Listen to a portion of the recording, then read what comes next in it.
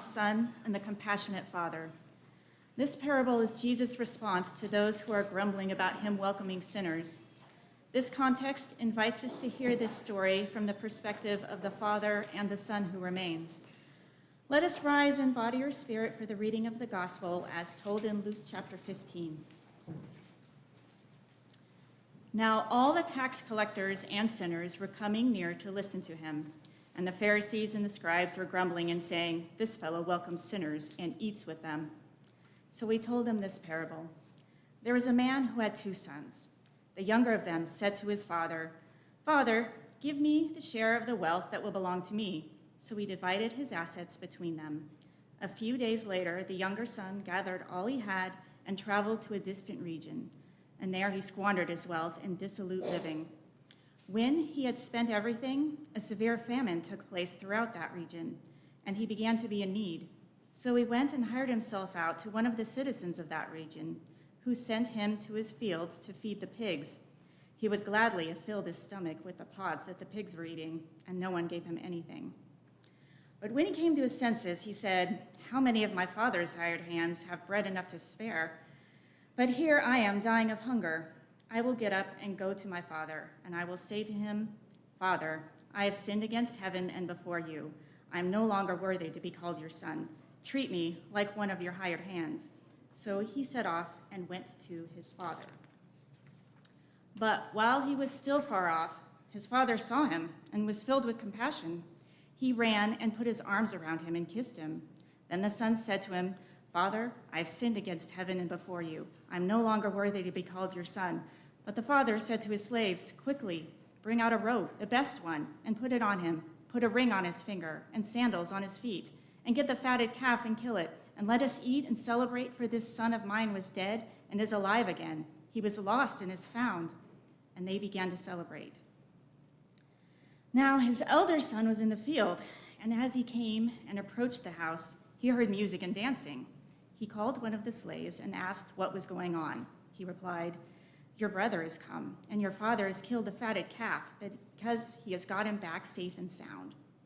Then he became angry and refused to go in. His father came out and began to plead with him.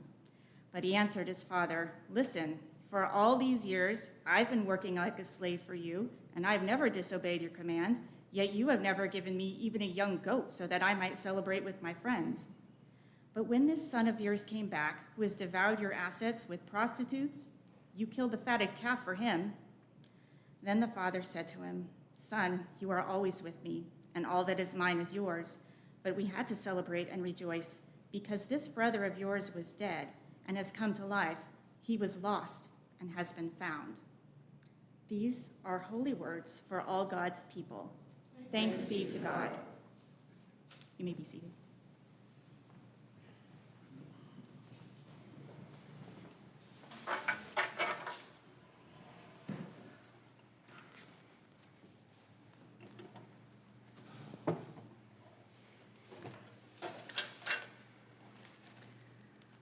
Parable of the prodigal son. That's all I ever heard this story called growing up. And I have to confess something to you. I did not know the word prodigal. This was not a word that's part of my daily vocabulary.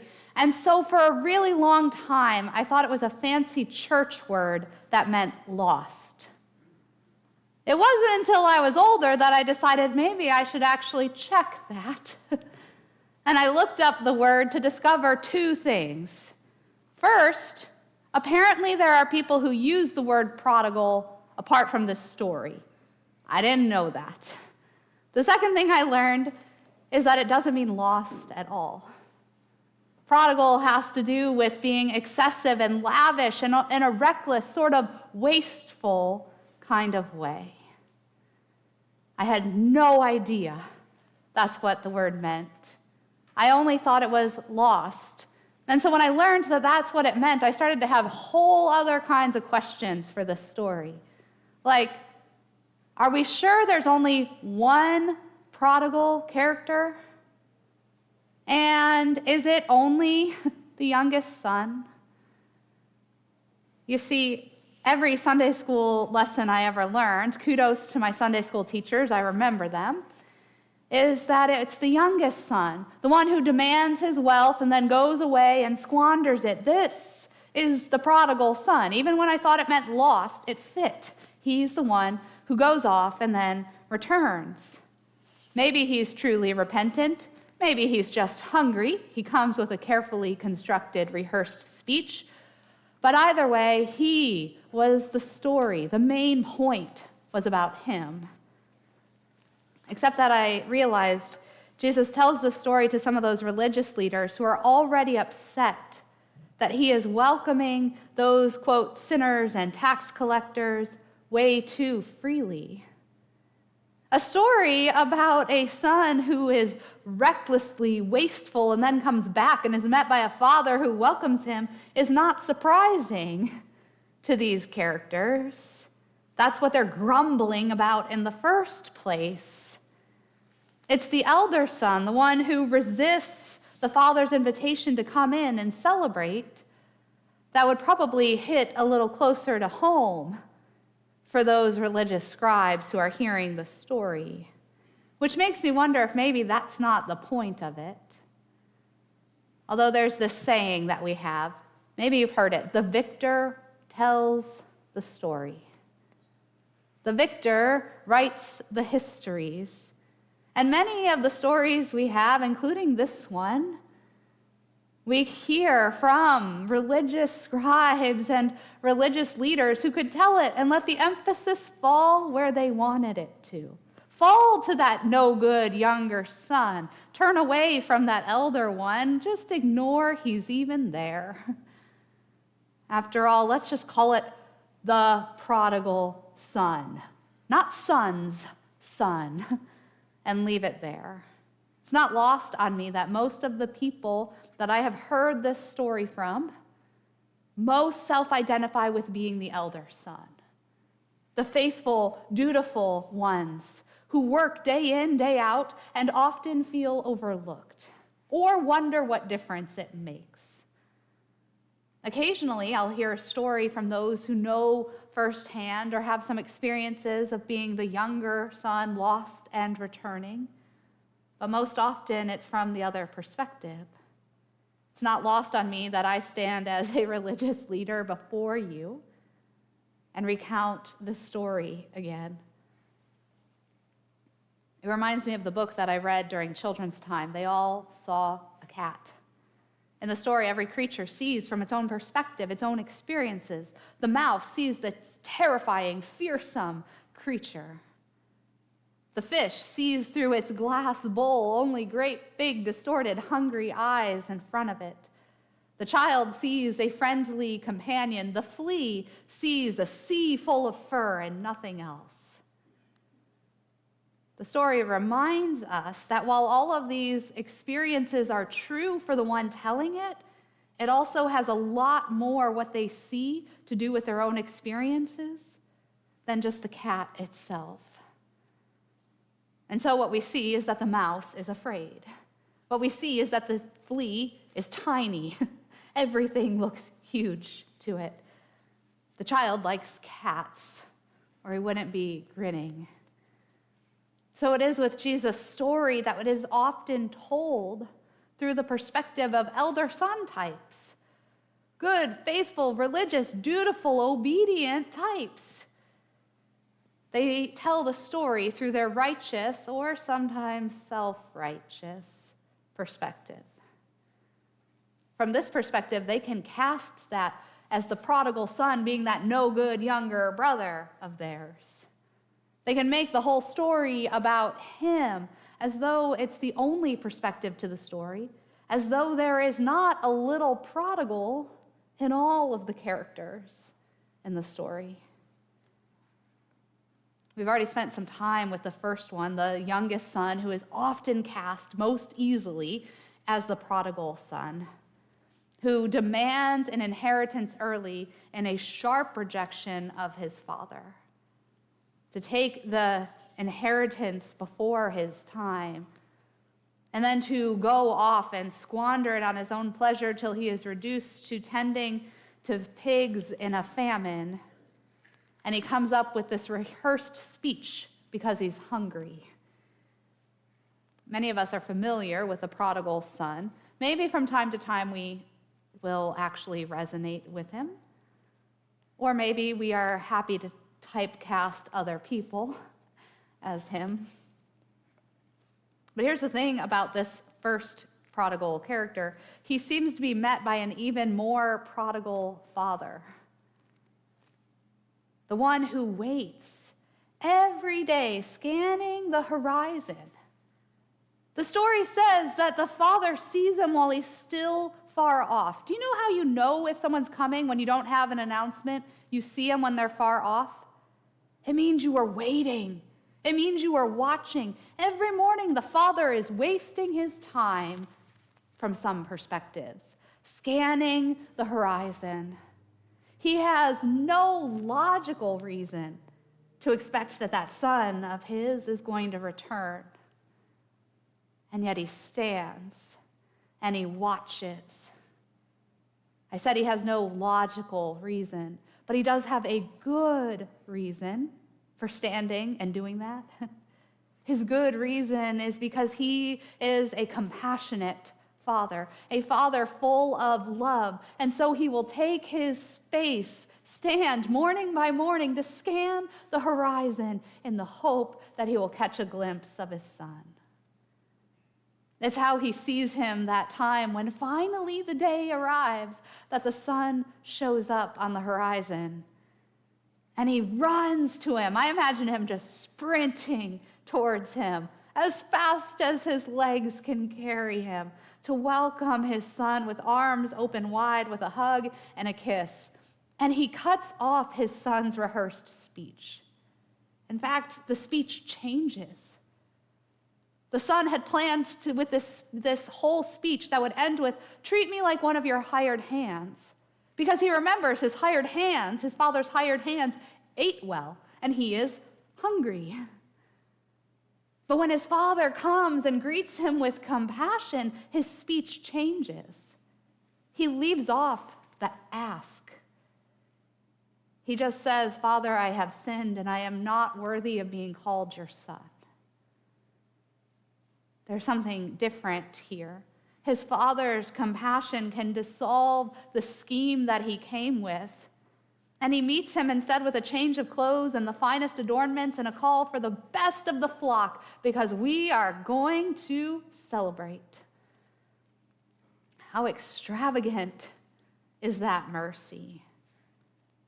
You see, the father has no guarantee that that prodigal younger son isn't going to get his fill at dinner and then sneak off with his newfound gifts back to wherever he wants to go. But the father spares no expenses anyways. And he puts on this feast. He lavishes what to some looks like a reckless amount of love onto this child, and it makes reconciliation possible. It makes any kind of change in heart and life for the son possible. I think that there's some prodigal in the father, which leaves then the third character, main character in the story. We have the elder son. And this is where the rub comes for all of us who maybe consider ourselves most in line with the elder son. Faithful, dutiful, obedient, always doing what is right as best we can, fearful that it's not enough or overlooked.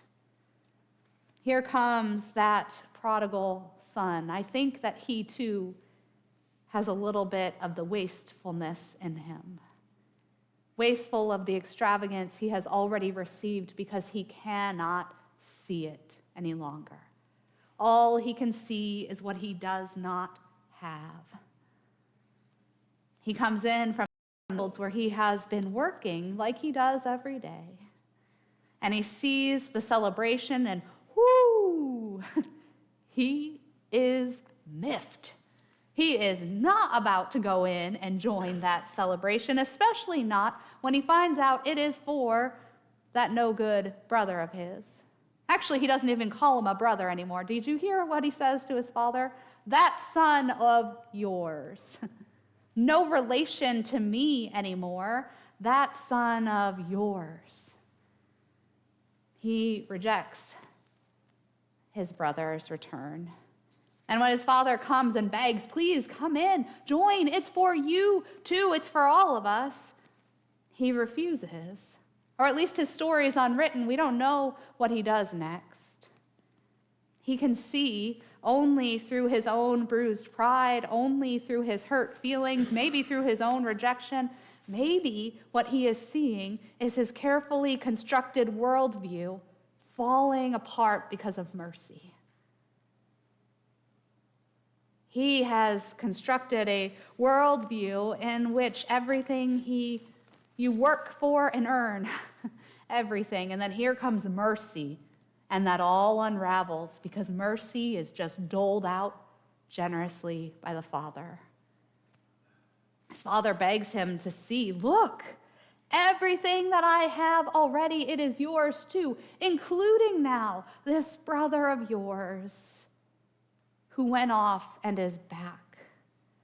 This celebration, it's for all of us. It's for what we all share. All the Father wants is the Son to join in. No more of the good, faithful, dutiful action. The Son just wants a goat so he can celebrate with his friends over here. The Father just wants him to show up. The story ends in such a way, we don't know what the elder son is going to do. We don't know if he will accept the invitation. Much like we don't know, Jesus tells the story to religious leaders and scribes who are having a hard time with mercy. Will he stand outside wasting the celebration because love and grace for someone else threatens him? Will he waste the invitation to join in because his Father's mercy for someone else feels like it competes with mercy for himself? What he has carefully constructed for the way the world should work is unraveling by grace. You see, this is the thing about grace. We sing songs, heartfelt, meaningful songs about amazing grace, how sweet the sound. And we sing that when it's grace for us. And oh, if it's not hard to get those words out when it's grace for someone else, especially if it's someone we are honest with ourselves, we're not sure deserves it. That's the thing about grace. It scandalizes us that way. It seems at times a waste from our perspective. And so the question for the elder son, will he continue to waste the grace that is offered to see that everything he already has, his very human existence, is itself a gift of grace before him? There is nothing he can do to buy or earn the mercy that his Father so lavishly, extravagantly doles out. Doesn't mean I don't think grace and mercy change us in such a way that we want to flow with them, but it is grace and mercy that come first. I was thinking if we want to keep the word prodigal so that a whole generation of kids can learn a new word as I did, well, I think maybe we should call it the parable of the prodigal ones.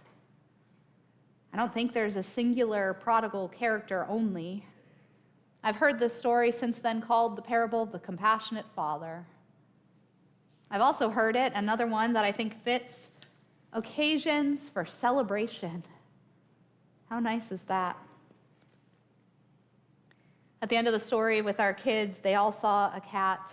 The cat walks through the woods and comes to a pond to see what it can see of itself. The water becomes a reflecting pool to show the cat who it really is, not just who other people think it is. This parable this morning, I think, invites all of us who hear it to see for ourselves who we really are. The lost and the found alike. The elder son and younger son, maybe at our best times, the prodigal father, all interwoven, prodigal each in our own ways, Lent is a season that we enter with humble and honest self-examination before God to see all the parts of ourselves and our impact on others so we can see them clearly. But this parable also asks us to see ourselves as God sees us, as God knows us to be. So I was thinking that for all the things we see in ourselves in this Lenten season, for the part of ourselves that is marked by greed and pride and selfishness of the younger son that kind of slips in to our way of being sometimes, for the way every day we are confronted with how we squander the resources entrusted to us, for the elder son's sort of self-righteous indignation, for the ways in which we are unyielding and unwilling to reconcile or relent. For all that might be revealed in us this Lent, let us remember that we, like the cat, we too find our truest selves reflected in waters. The waters for us are not of a pond, but of baptism.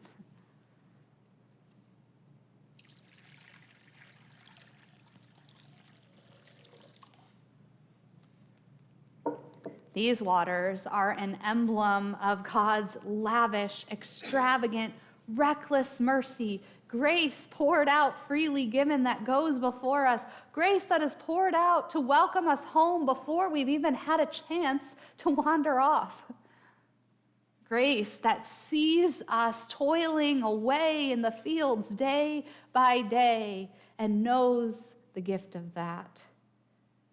Grace that sees that all of who we are and all that we have, it's not earned or deserved, it is a gift outpoured. And here's the best news yet. Are you ready for the best news yet? The best news yet is that this grace is something that God would never say is wasted. Sometimes we think it is, but God would not allow us to say it is wasted. Otherwise, there would be no celebration every time someone receives it anew. Talk about cause for celebration. So, dear disciples, may we be those who are willing to join in. Amen.